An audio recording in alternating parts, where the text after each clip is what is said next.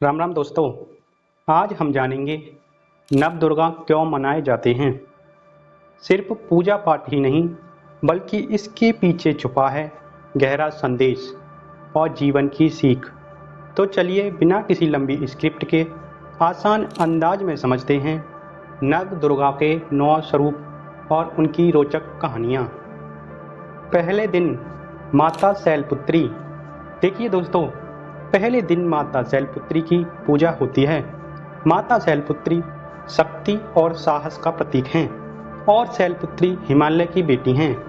उनका नाम ही दर्शाता है कि वे पर्वत की शक्ति लिए हैं। ये हमें सिखाती हैं कि किसी भी मुश्किल शुरुआत से डरना नहीं चाहिए।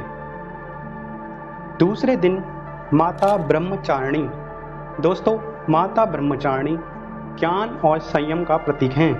माता ब्रह्मचारिणी ने तपस्या की और अपने आत्मबल से देवी का रूप धारण किया। ये हमें दिखाती हैं कि धैर्य और साधना से बड़ी सफलता मिलती है। तीसरे दिन माता चंद्रघंटा। देखिए दोस्तों, माता चंद्रघंटा संतुलन और शांति का प्रतीक हैं। चंद्रघंटा का गहना चांद है जो अंधकार में भी रोशनी देता है। इसका मतलब है कि कठिन समय में भी शांत और संतुलित रहो। चौथे दिन माता कूष्मांडा। दोस्तों, माता कूष्मांडा सृजन और ऊर्जा का प्रतीक हैं।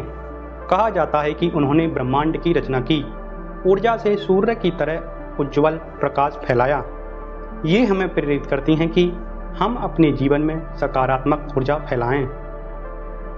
पांचवें दिन स्कंद माता। दोस्तों, स्कंद माता मातृत्व और करुणा का प्रतीक हैं। स्कंद माता ने भगवान कार्तिकेय को जन्म दिया।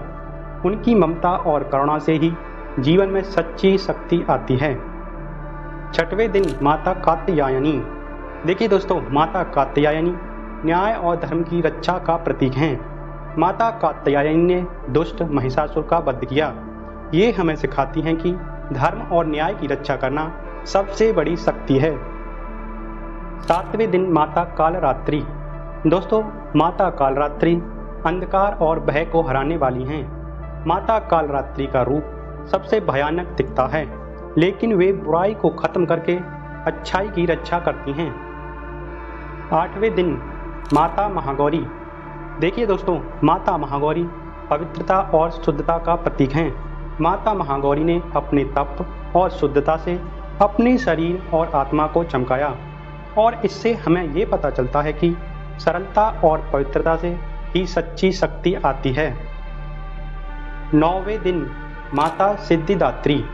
देखिए दोस्तों, माता सिद्धिदात्री पूर्णता और आशीर्वाद का प्रतीक हैं। सभी देवी देवताओं से सिद्धियां प्राप्त करके उन्होंने भक्तों को आशीर्वाद दिया। ये हमें याद दिलाती हैं कि अंत में सब कुछ संभव है।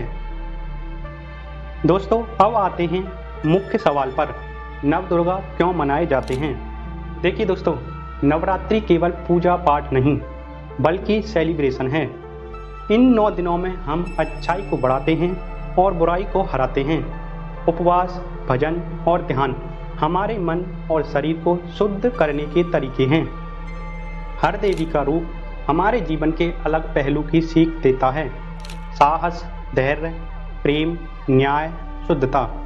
दोस्तों, आम सवाल जो अक्सर लोगों के दिमाग में आते हैं, जैसे नवरात्रि में केवल दुर्गा माता ही क्यों और देवी क्यों नहीं। क्योंकि दोस्तों, माता दुर्गा के 9 रूप जीवन की 9 शक्तियों का प्रतीक हैं। दोस्तों, कई लोग कहते हैं 9 दुर्गा में उपवास क्यों रखते हैं। तो दोस्तों, इसका सीधा जवाब है, उपवास से मन और शरीर शुद्ध होते हैं और आंतरिक शक्ति जागृत होती है। देखिए दोस्तों, नवरात्रि का असली संदेश अच्छाई की जीत हमेशा होती है, बुराई पर विजय संभव है और अपनी आंतरिक शक्ति को पहचानना जरूरी है। तो दोस्तों, अब आप समझ गए होंगे कि नव दुर्गा क्यों मनाए जाते हैं। ये हमें हमारी 9 शक्तियों की याद दिलाते हैं, बुराई पर अच्छाई की जीत का संदेश देते हैं और हमारी आत्मा को जागृत करते हैं। दोस्तों, अगर आपको ये वीडियो पसंद आया हो तो इसे लाइक करें, शेयर करें और चैनल को सब्सक्राइब करके कमेंट में जय माता दी लिखना बिल्कुल न भूलें। मिलते हैं एक नई वीडियो में एक नई जानकारी के साथ। राम राम।